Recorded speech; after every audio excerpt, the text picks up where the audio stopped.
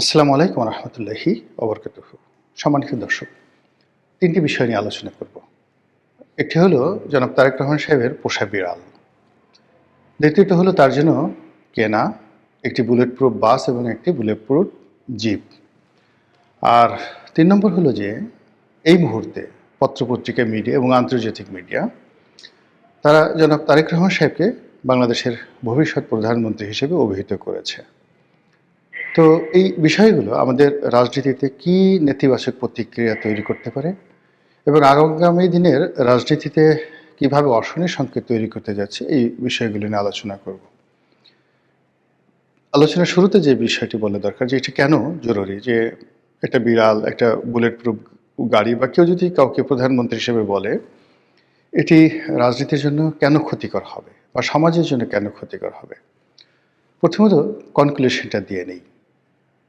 যখন আপনার এই সমাজে অনেক বড় বড় গুরুত্বপূর্ণ সমস্যা থাকবে, সে সকল সমস্যা বাদ দিয়ে আমরা যখন ছোট ছোট সমস্যা নিয়ে নাচানাচি করব, যখন আপনার কাছে খুব মহামূল্যবান সামগ্রী থাকবে, সেই মহামূল্যবান সামগ্রী আপনি ডাস্টবিনে অর্থাৎ ভাগাড়ে ফেলে দিয়ে ভাগাড়ের ময়লাগুলো নিয়ে আপনি আনন্দ করবেন, উল্লাস করবেন এবং ময়লাকে আপনি ভালোবাসবেন, আবর্জনাকে আপনি ভালোবাসবেন, তখন সেটা কী ধরনের বিপর্যয় তৈরি করতে পারে সমাজে, সেটা ইতিহাসে লিখিত রয়েছে।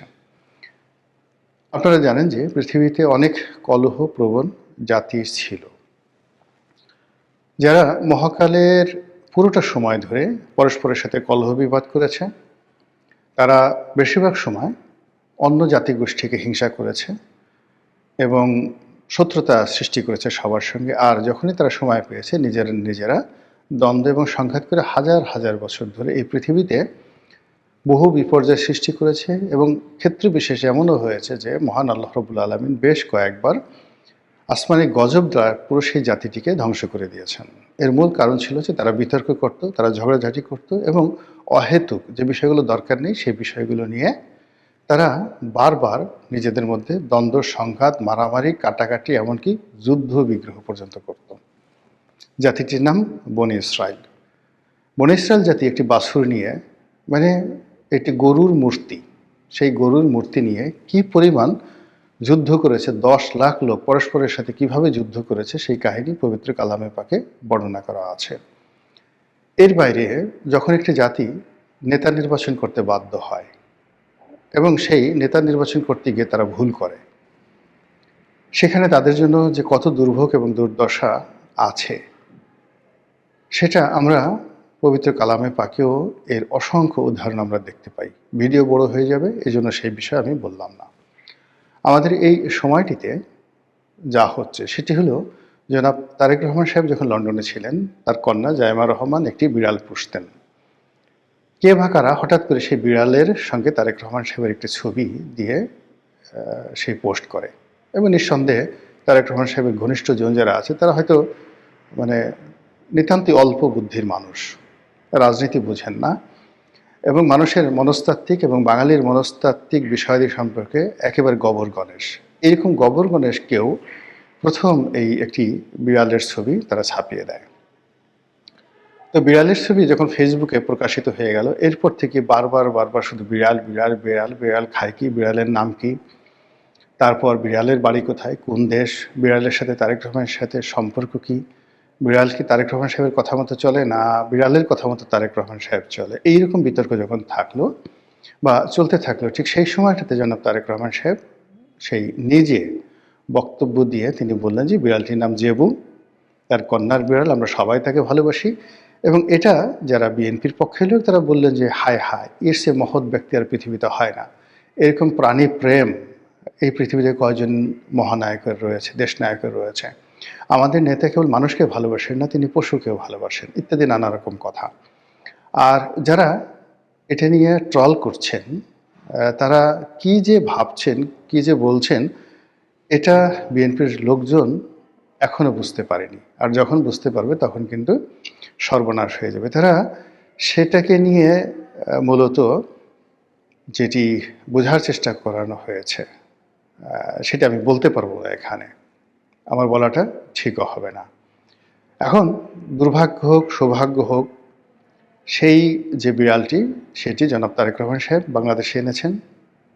তাকে আলাদা পাসপোর্ট করা হয়েছে, ভিসা করা হয়েছে, এবং এটা নিয়ে তিনি বাংলাদেশে আসার আগে বহুবার ট্রল হয়েছে যে নেতার ভিসা হয়নি কিন্তু বিড়ালের ভিসা হয়েছে, নেতার পাসপোর্ট নেই বিড়ালের পাসপোর্ট আছে, ইত্যাদি নানা রকম কথাবার্তা।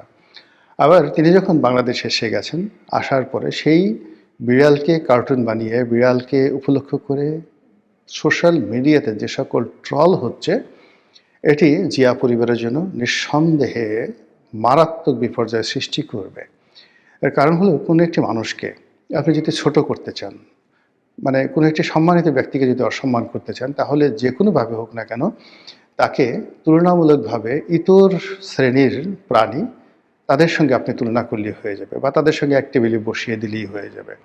যেমন নরেন্দ্র মোদীকে গরুর চোনা, গরুর মুদ, গোমূত্র এবং গরু ভক্ত, গরুর পুত্র, এই ধরনের কথাবার্তা বলে তাকে হেয় করতে করতে এমন একটা জায়গায় নিয়ে আসা হয়েছিল। ফলে বিজেপি কিন্তু এখন সেই গোমূত্র প্রকল্প, গোবর প্রকল্প, গরু প্রকল্প, এই সকল প্রকল্প থেকে তারা কিন্তু সরে এসেছে। এরপর অতিমানব হওয়ার জন্য নরেন্দ্র মোদী লম্বা দাড়ি রাখলেন, যোগব্যায়াম শুরু করলেন, এবং সমুদ্রের নিচে তিনি ধ্যান করছেন, তারপরে প্যারাট্রুপার হওয়ার চেষ্টা করছেন, মহাশূন্যে উঠছেন। এই সকল জিনিস নিয়েও মারাত্মক ট্রল হলো, এবং সেক্ষেত্রে নরেন্দ্র মোদীর যে ইমেজ ছিল সেই ইমেজটা নামতে থাকলো, এবং সেখান থেকেও কিন্তু বিজেপির যারা লোকজন আছে তারা নরেন্দ্র মোদীকে নিবৃত্ত করে আজকের এই জায়গাতে তারা আবার নিয়ে আসার চেষ্টা করছেন, যদিও তারা এখনও সফল হননি। নরেন্দ্র মোদী নিজের অনেক যাকে বলা হয় সততা দেখাতে গিয়ে কতগুলো কথা বলেছে, যেমন তিনি চা বিক্রেতার ছেলে, পার্টির জন্য তার স্ত্রীকে ত্যাগ করেছেন, ইত্যাদি ইত্যাদি নানা রকম কথাবার্তা জানিয়ে সমাজ মারাত্মক ট্রল করেছে যে একজন চা বিক্রেতার পক্ষে আসলে দেশ চালানো সম্ভব নয়, এ ছোট লোক, এর কোনো কিছু নেই, এর মন মানসিকতা ছোট, এই এত বড় রাজভাণ্ডার চালাবে কি করে। আমি জাস্ট এই উদাহরণটা দিলাম। যারা তারেক রহমান সাহেবকে এই মুহূর্তে অতি মানব বানানোর চেষ্টা করছেন, সিম্পল সাধারণ মানুষ বানানোর চেষ্টা করছেন, অসাধারণ কিছু অভিব্যক্তি তার দ্বারা প্রকাশ করার চেষ্টা করছেন, আলটিমেটলি এটা মানে হয় না। রাজা রাজার মতোই থাকতে হয়। আপনি দেখুন, কত হাজার বছর আগে রাজার জন্য একটা সিংহাসন বানানো হতো, একটা রাজমুকুট তৈরি করা হতো, বিশেষ পোশাক তার জন্য বানানো হতো। তারপর তিনি যখন অন্দরমহলে ঢুকবেন তখন সানাই নহবত বাজানো হতো। আপনি এটা কীরকম একটা অবস্থা চিন্তা করুন তো, সকালবেলা তিনি ঘর থেকে বের হয়ে যুদ্ধে গেছেন কিংবা রাজদরবারে বসেছেন, আবার বিকেলবেলা যখন তিনি রাজপ্রাসাদে ঢুকবেন স্ত্রীর সঙ্গে বা তার যে হেরেম অন্তর্মহলে ঢুকবেন, তখন সেখানে মানে এক ধরনের লোকই ছিল যারা ঘোষণা করত, নকিব ঘোষণা করত, হুঁশিয়ার, সাবধান, আলাম্পনা আ গিয়া। একথা বলার সঙ্গে সঙ্গে ঢোল বাদ্য বেজে উঠত, এবং ওখানে সবসময় সানাই বাজানোর জন্য, নহবত বাজানোর জন্য এক ধরনের শিল্পী 24 আওয়ার্স থাকতো। তারা সেই রাজার আগমনকে আনন্দমুখর করার জন্য সানাই বাজাতেন। এটা এখন পর্যন্ত চালু আছে বিশ্বের সকল রাজপ্রাসাদগুলোতে। এবং অকেশনালি এই যে দেখুন, ইংল্যান্ডের রাজাদের জন্য ঘোড়া, তাদের জন্য ঘোড়ার গাড়ি এবং যত রাজ অভিষেক কেন সেইভাবে হয়, এর কারণ হলো মানুষ রাজাকে রাজার মতো দেখতে চায়, রাজাকে কখনো ফকিরের মতো দেখতে চায় না। তো সেই অর্থে যখন কোনো একটি রাজাকে হেয় করার জন্য প্রয়োজন পড়ে, তখন খুব কৌশলে তার সঙ্গে একটি পশুকে জুড়ে দেওয়া হয়। আপনি যেমন ধরুন ইয়াজিদ। তো ইয়াজিদের নাম তো আপনারা সবাই জানেন, তার একটি পোষা বিড়াল ছিল, নয় বানর ছিল। তো সেই বানরটিকে নিয়ে সেই মানে যাকে বলা হয় রাজদরবারে যারা লোকজন, তারা এতটা চালাকি করতেন, সেই চালাকি করার ফলে কি হতো, সবাই মনে করতেন যে বানর ছাড়া আসলে মানে বানরকে আদর করা ছাড়া, বানরকে প্রিভিলেজ দেওয়া ছাড়া, বানরের বন্দেগি করা ছাড়া কোনো অবস্থাতেই ইয়াজিদের কাছে যাওয়া যাবে না। এবং এই চাটুকার শ্রেণী তারা কি করলো,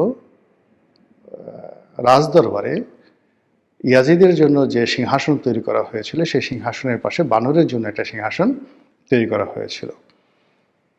এবং অনেক বড় বড় আমির উমরা, তারপর অনেক বড় বড় যাকে বলা হয় জেনারেল, গভর্নর, তারা এই ইয়াজিদকে খুশি করার জন্য নিজেরা বানর পোষতেন। এর মধ্যে আবদুল্লাহ বিন জিয়াদ, যিনি কুফার গভর্নর ছিলেন এবং যার হাতে হযরত ইমাম হুসেন রাদিয়াল্লাহু তাআলা আনহু নিহত হয়েছেন, তিনিও এই ইয়াজিদের অনুকরণে বানর এর জন্য একটা সিংহাসন তৈরি করেছিলেন। এটা ইতিহাস। তো সেই দিক থেকে এখন বাংলাদেশের দুটো গ্রুপ হয়ে গেছে। একটা গ্রুপ এই জেবুকে নিয়ে বাড়াবাড়ি করছে, জেবু ভালো, এরকম ইত্যাদি ইত্যাদি। বিএনপির পক্ষের লোক, আমি সেটা বলবো না। বিপক্ষের লোক যেটা করছে সেটা হলো এই যারা মানে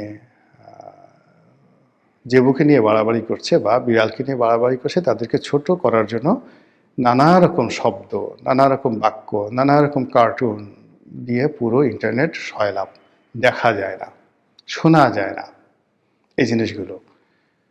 এ আবার অন্যদিকে যেটা হচ্ছে, বিএনপির যারা লোকজন আছে তারা মনে করছে যে এই কাজগুলো জামাতি বট বাহিনী করছে, এই কাজগুলো আওয়ামী লীগের বট বাহিনী করছে। এজন্য জামাতের আমির বঙ্গবন্ধু শেখ মুজিবুর রহমান তাদের চেহারার সঙ্গে একেবারে বিড়ালের ছবিটা দিয়ে সুন্দর করে একদম বঙ্গবন্ধু শেখ মুজিবুর রহমানকে বিড়াল বানিয়ে দেওয়া হয়েছে, শফিকুর রহমান সাহেবকে বিড়াল বানিয়ে দেওয়া হয়েছে। এখন জামাতের যারা লোকজন আছেন, তারপরে আওয়ামী লীগের যারা লোকজন আছেন, তারা বিড়ালকে কি বানাবেন চিন্তা করেন তো। কার্টুন দিয়ে, ভিডিও দিয়ে কি বানাবেন?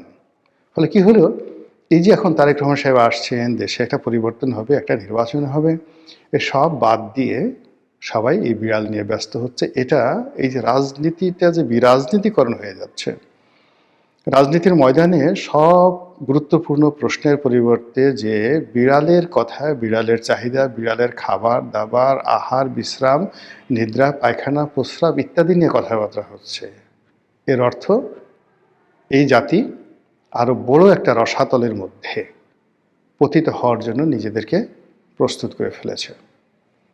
এই যে বিড়াল নিয়ে জনাব তারেক রহমান সাহেবকে নিয়ে যে আদিক্ষেতা হচ্ছে, পক্ষে তার পক্ষে যে আদিক্ষেতাগুলো হচ্ছে, এটা হাইয়েস্ট 3 থেকে 4 দিন থাকবে। এরপরে এই যে যারা বিড়ালের বিরুদ্ধে বলছে, তারা এটাকে ভাইরাল করতে করতে এমন একটা পর্যায়ে চলে যাবে যে এই জেবু রীতিমতো বিএনপির জন্য একটা, যাকে বলা হয় সাইবার বুলিং ইনস্ট্রুমেন্ট হয়ে যাবে। প্রত্যেকটা বিএনপির যারা লোকজন আছে তারা নিজেদেরকে অপমানিত বোধ করবে এবং এই বিড়ালের জন্য বিএনপির যত ক্ষতি হবে, আওয়ামী লীগ এত ক্ষতি হয়তো কোনোদিন করতে পারেনি। এই একটা জিনিস লিখে রাখেন।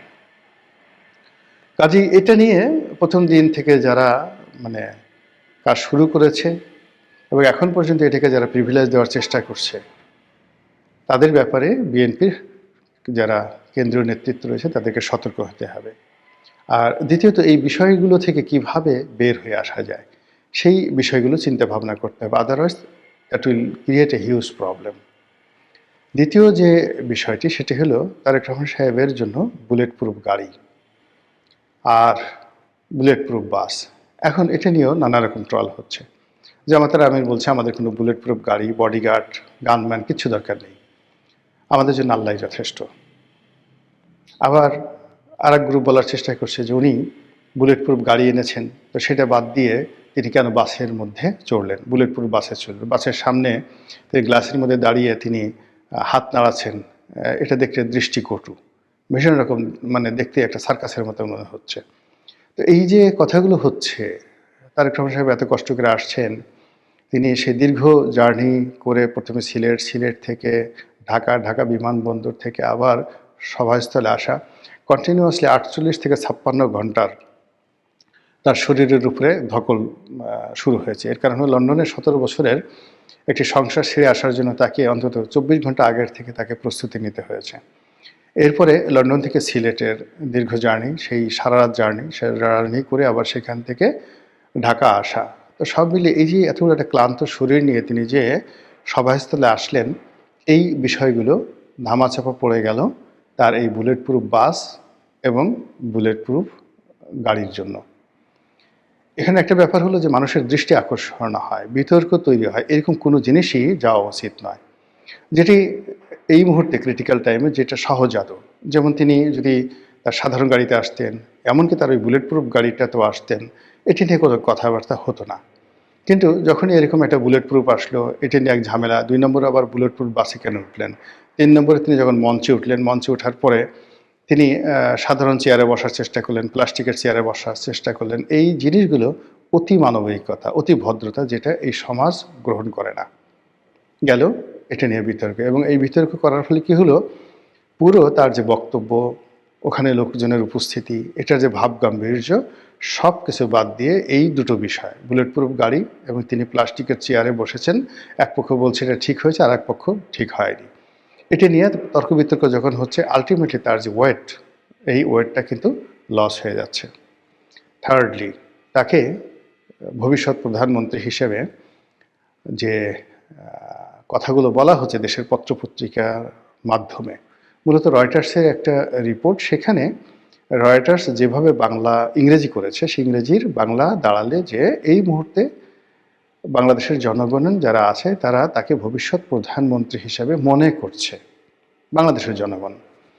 আর জনাব তারেক রহমান সাহেবের যারা পক্ষের লোক, তারা বলার চেষ্টা করছেন যে বিদেশি পত্রপত্রিকা, গণমাধ্যম, রয়টার্সের মতো আন্তর্জাতিক মাধ্যম জনাব তারেক রহমান সাহেবকে বাংলাদেশের ফিউচার প্রধানমন্ত্রী হিসেবে আখ্যায়িত করেছেন। কাজেই তার প্রধানমন্ত্রী হওয়া ঠেকায় কে? আর ওটার অনুকরণ করে বাংলাদেশে যারা ইন্টেলেকচুয়ালি কারাপ্টেড পত্রপত্রিকা, তারা তারেক রহমান সাহেবকে ছোট করার জন্য তাকে ভবিষ্যৎ প্রধানমন্ত্রী হিসেবে সম্বোধন করছেন। এটা বলতে গেলে এক ধরনের পাম দেওয়া, বাতাস দেওয়া। এবং যখন কাউকে বাতাস দেওয়া হয় তখন সে তার ওজন হারিয়ে ফেলে এবং সে উড়তে থাকে। এটা যে কোনো মানুষই, এমন কোনো মানুষ নেই যে চাটুকার দ্বারা ক্ষতিগ্রস্ত হয়নি। বড় বড় মানুষ, এবং মাঝে মধ্যে খলিফা আল মনসুরের মতো মানুষ, আপনারা জানেন আব্বাসীয় খলিফাদের মধ্যে যিনি সবচেয়ে মশহুর, যিনি এই আব্বাসীয় ডাইনেস্টির প্রকৃত প্রতিষ্ঠাতা বলা হয়, খলিফা আল মনসুর। তো খলিফা আল মনসুর হলেন বাদশাহ হারুন আর রশিদের দাদা। বাদশাহ হারুন আর রশিদের বাবার নাম খলিফা আল হাদি। খলিফা আল হাদির বাবার নাম হলো আবুল মনসুর, খলিফা আল মনসুর। তো তার বড় ভাই আবুল আব্বাস আর সাফা, যিনি এই যাকে বলা হয় মানে সাম্রাজ্যটি প্রতিষ্ঠা করেছিলেন। তো খলিফা আল মনসুর তিনি প্রায় পাগলের মতো হয়ে যেতেন এই চাটুকারিতা শুনতে শুনতে, এবং তিনি বুঝতেন যে আমি যদি এইভাবে চলতে থাকি তাহলে আমি মরে যাব, আমি শাসন কার্য চালাতে পারবো না। এই জন্য কয়দিন পরপরই তিনি একাকী বের হয়ে যেতেন, সাধারণ মানুষের সাথে কথা বলতেন, এবং সাধারণ মানুষ যে তার সম্পর্কে, তার রাজ্য সম্পর্কে কী ধরনের নেতিবাচক কথা বলে, এই জিনিসগুলো তিনি শুনতে চাইতেন, যাতে তার ভিতর যে সবসময় একটা গর্ব অনুভব হয় সেটা না থাকে। আর দ্বিতীয়ত, তিনি খুঁজে খুঁজে অলি আল্লাহ, গাউস কুতুব এবং ঠোঁটকাটা প্রকৃতির সৎ মানুষ, তাদেরকে রাজদরবারে আনতেন এবং প্রকাশ্য রাজদরবারে দাঁড়িয়ে তাদেরকে বলতেন আমার সম্পর্কে সমালোচনা করো। এবং খলিফা আল মনসুরকে তার প্রকাশ্য রাজদরবারে কিভাবে যে মানে উলঙ্গ করে দেওয়া হতো। একজন বলতো যে আপনি হচ্ছেন সবচেয়ে বড় শয়তান, আপনি নিজে শয়তানি করেন, ভণ্ডামি করেন, আর আশেপাশে চারিদিকে সব শয়তানগুলো আপনি দাঁড় করিয়ে রেখেছেন। শয়তানগুলো দাঁড় করিয়ে রেখেছেন, বড় বড় শয়তানদেরকে আপনি গভর্নর বানাচ্ছেন, তাদের অত্যাচারে দেশের মানুষ অতিষ্ঠ, আর আপনি আমাকে ডেকে আমার কাছ থেকে সত্য কথা শুনতে চাচ্ছেন। ফাজলামোর একটা লিমিট আছে। কে কথা বলেছিল এটা? ওয়াসিল ইবনে আতা। খলিফা আল মনসুরের রাজদরবারে ওয়াসিল ইবনে আতা রহমতুল্লাহ আলাইহে এই কথা বলেছিলেন, খোঁজ নিয়ে দেখেন। তারপরে মানে ওয়াসকুরুনি, হজরত ওয়াসকুরুনি রাদিয়াল্লাহু তাআলা আনহু, তিনি খলিফা, যাকে বলা হয় খলিফা না ঠিক, তিনি বাদশাহ জাহাঙ্গীরের দরবারে উপস্থিত হয়ে কীভাবে তিনি সত্য কথা বলতেন। তো সেই অর্থে রাজনীতিবিদ যারা আছেন তাদের জন্য সবচেয়ে বড় বিপদ এবং বিপত্তির কারণ হলো চাটুকারিতা। এবং এই যে চাটুকারিতার আর একটা অসাধারণ উদাহরণ আছে, যে বই থেকে আমি এটা পড়েছি, সেটা হলো the glimpses of world history by Jawaharlal Nehru. তিনি এই কাহিনীটি বর্ণনা করেছেন। সেই কাহিনীটি হলো যে উত্তর ভারত বা আর্যাবর্তের যে সম্রাট, যাকে বলা হয় দ্য কিং অফ থানেশ্বর, সেই কিং অফ থানেশ্বর হর্ষবর্ধন। হর্ষবর্ধনের সভাকবি ছিলেন বাণভট্ট। বাণভট্টের সে বিখ্যাত হর্ষচরিত এখনও ইতিহাসের একটা বিরাট উপাখ্যান, এবং এটা কিন্তু অনেক আগের, মানে আল্লাহ রাসূল সাল্লাল্লাহু আলাইহি সাল্লাম যখন রাজত্ব করতেন মদিনাতে, ঠিক সেই সময়ে এই ভারতবর্ষের কাহিনী।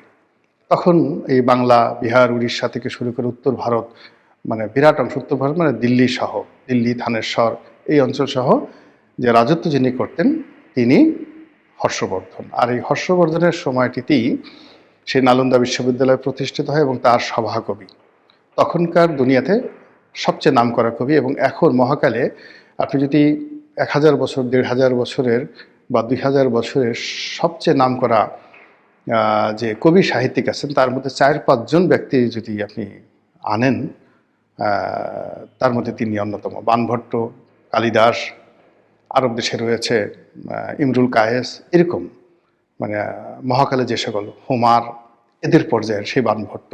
কিন্তু তার অভ্যাস ছিল সারাক্ষণ তিনি মানে কবিতা লিখতেন ভালো, সব কিছু করতেন ভালো, কিন্তু দালালি করতেন। আর কবিদের অন্য যে সকল অভ্যাস থাকে সেই বদ অভ্যাসগুলো সবই তার ছিল। তো তিনি প্রায় কবিতা লিখে রাজার নামে চালিয়ে দিতেন, এবং ওই সময়টাতে যারা কবিতা লিখতে পারত মনে করা হতো তারা পৃথিবীর সবচেয়ে শ্রেষ্ঠ জ্ঞানী। তো রাজা, চারিদিকে শুধু রাজাকে প্রশংসা যে রাজা বিখ্যাত কবি। তো রাজা দেখেন যে আমি তো কবিতা লিখিনি, কে লিখলো কে লিখলো, খুঁজতে খুঁজতে দেখা গেল যে মানে এই কাজটি করেছে বাণভট্ট। তিনি ভালো ভালো কবিতা লিখে রাজার নামে লিখে, হর্ষবর্ধন লিখে তিনি বিভিন্ন জায়গায় পোস্টারিং করে দিতেন গোপনে। তো এটা রাষ্ট্রের যারা কর্তা ব্যক্তি তারা এটা বের করলো, গোয়েন্দারা বের করলো, বের করে বাণভট্টর উপর তিনি খুব রাগ করলেন। একদিন প্রকাশ্য দরবার থেকে তাকে বের করে দিলেন অপমান করে, যে আপনি এই ধরনের চাটুকারিতা বন্ধ করুন। তো তিনি বের হওয়ার পরে যেটি বললেন যে রাজার সবচেয়ে বড় বিপদ হলো চাটুকার, আর রাজার জন্য সবচেয়ে অসম্ভব যে বিষয় হলো কোনো রাজাই চাটুকার ছাড়া চলতে পারে না। তো এই যে হর্ষবর্ধনের এই বিখ্যাত কথা আজ থেকে 1400 বছর আগে তিনি বলেছেন এবং সেটা লিখিত আছে। সেই বিষয়গুলো যদি জনাব তারেক রহমান সাহেব খোঁজ নেন এবং তার আশেপাশে যারা চাটুকার রয়েছে তাদের ব্যাপারে তিনি সতর্ক হন, আশা করি তার রাজনৈতিক জীবন তুলনামূলকভাবে ভালো হবে। মহান আল্লাহ আমাদের সবাইকে হেদায়েত দান করুন এবং হেফাজত করুন। আসসালামু আলাইকুম ওয়া রাহমাতুল্লাহি ওয়া বারাকাতুহু।